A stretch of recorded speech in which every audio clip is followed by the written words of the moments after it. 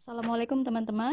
Kali ini kita akan membuat nastar homemade yang gluten free alias tanpa tepung terigu. Jadi sebelum melihat komposisinya apa-apa saja, kita akan melihat dulu 4 step awal sebelum membuat adonan karena semua bahan homemade alias buat sendiri. Semua caranya akan kita simak sama-sama secara detail. Untuk pertama kali kita akan membuat selai nanas buatan sendiri, tepung gula buatan sendiri, tepung almond buatan sendiri, dan olesan kuning telur yang kita akan buat sendiri. Ada nanas segar ya. Jadi kalau kita membuat nastar itu disarankan untuk membeli nanas segar dan kita buat sendiri dibanding dengan nanas kalengan ya atau yang dibeli di pasaran supaya rasa dan mutu juga bagus. Ini sudah di blender, bisa diparut, tapi saya lebih praktis di blender, itu di blender tanpa air. Ini setelah nanas sudah selesai kita bulat-bulatin, sudah dimasak nih ya.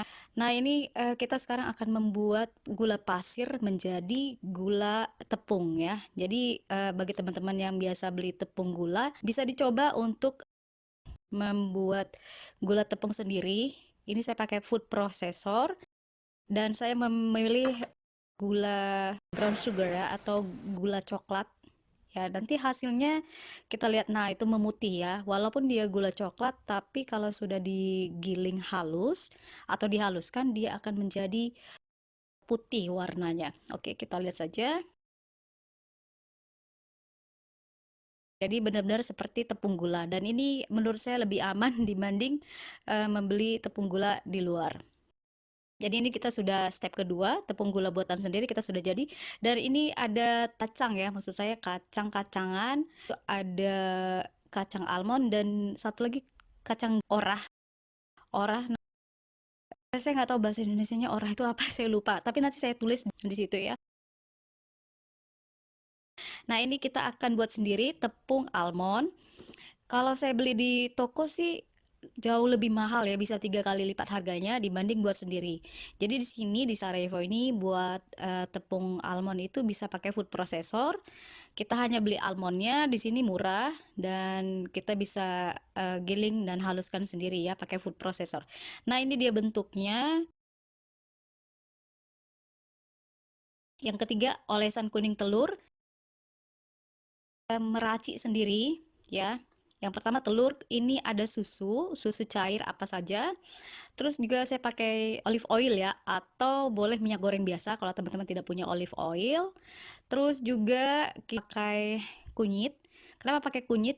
Jadi kalau pakai kunyit itu nanti rasanya tidak ada sama sekali rasa kunyitnya ya. Jadi dipakai sedikit saja karena di sini ada dua fungsi yang sangat bagus. Yang pertama untuk kesehatan, yang kedua warnanya nanti akan bagus.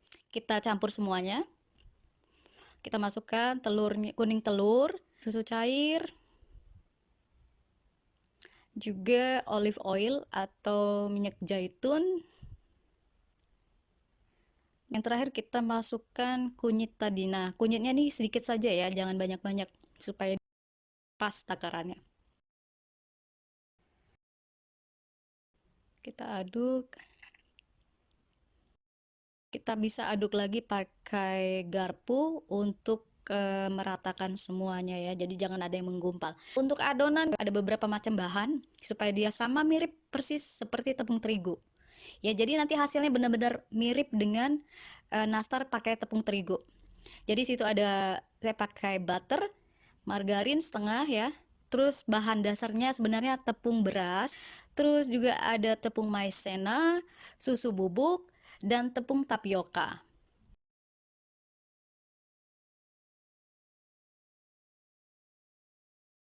Ini kita masukin satu persatu bahan-bahannya semua supaya di mixer ya. Tapi mixernya nggak usah lama-lama, sebentar aja karena kalau terlalu lama nanti dia nastarnya mengembang dan bentuknya melebar ya. Nah, ini kita pakai gula tepung tadi. Oke, kita aduk pakai mixer. Sebenarnya pakai spatula juga bisa, tapi saya lebih puas kalau dia hasilnya pakai mixer ya. Nah, ini hanya beberapa menit ya, paling 2 menit. Pokoknya tercampur aja rata semua untuk mengurangi tenaga ya. Nah, oke, sudah tercampur semua.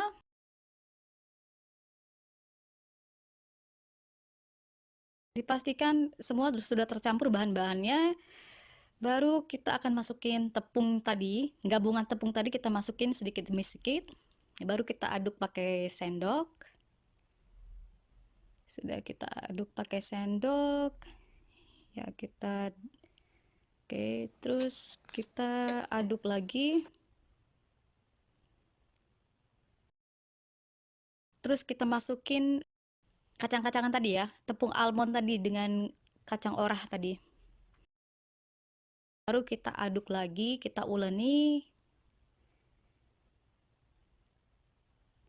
Kita uleni sampai rata, tidak usah terlalu lama ngaduknya ya. Dan ini kita diamkan dulu, kalau saya diamin 15 menit gitu.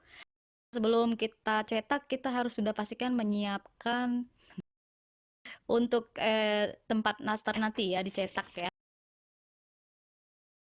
Saya pakai kertas roti supaya tidak lengket nanti hasilnya. Dan oke, sekarang kita cetak. Oke, pertama saya bulat-bulatin dulu ya adonannya, terus saya gepengkan, baru saya isi dengan bulatan nastar tadi. Sebenarnya simpel sekali ya.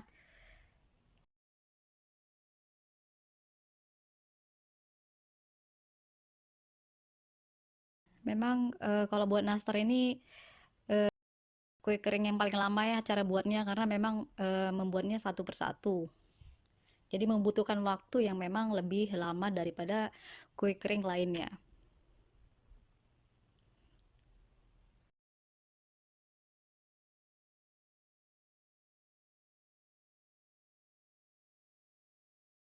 Bisa dilihat memang agak lama ya cara buat nastar, tapi ya buatnya agak rumit, makannya cuma sebentar, ya itu dia kue nastar ya. Sebelum kita panggang, kita harus sudah memanaskan oven. Itu tergantung oven masing-masing ya, teman-teman ya. Jadi di sini oven saya selalu untuk memanaskan itu di level 200 sudah oke dia dipanaskan. Oke, ini sudah jadi. Ini tahap pertama. Itu hanya beberapa menit saja, itu saya kasih level ke 200, api atas bawah.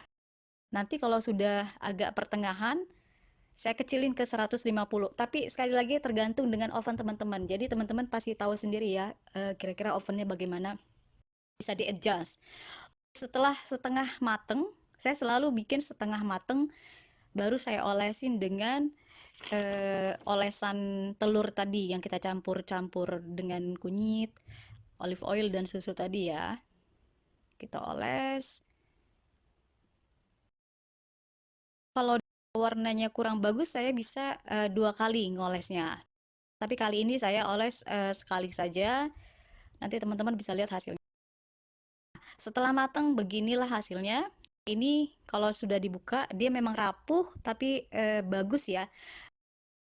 Teman-teman bisa coba, rasanya tidak ada beda sama sekali dengan tepung terigu.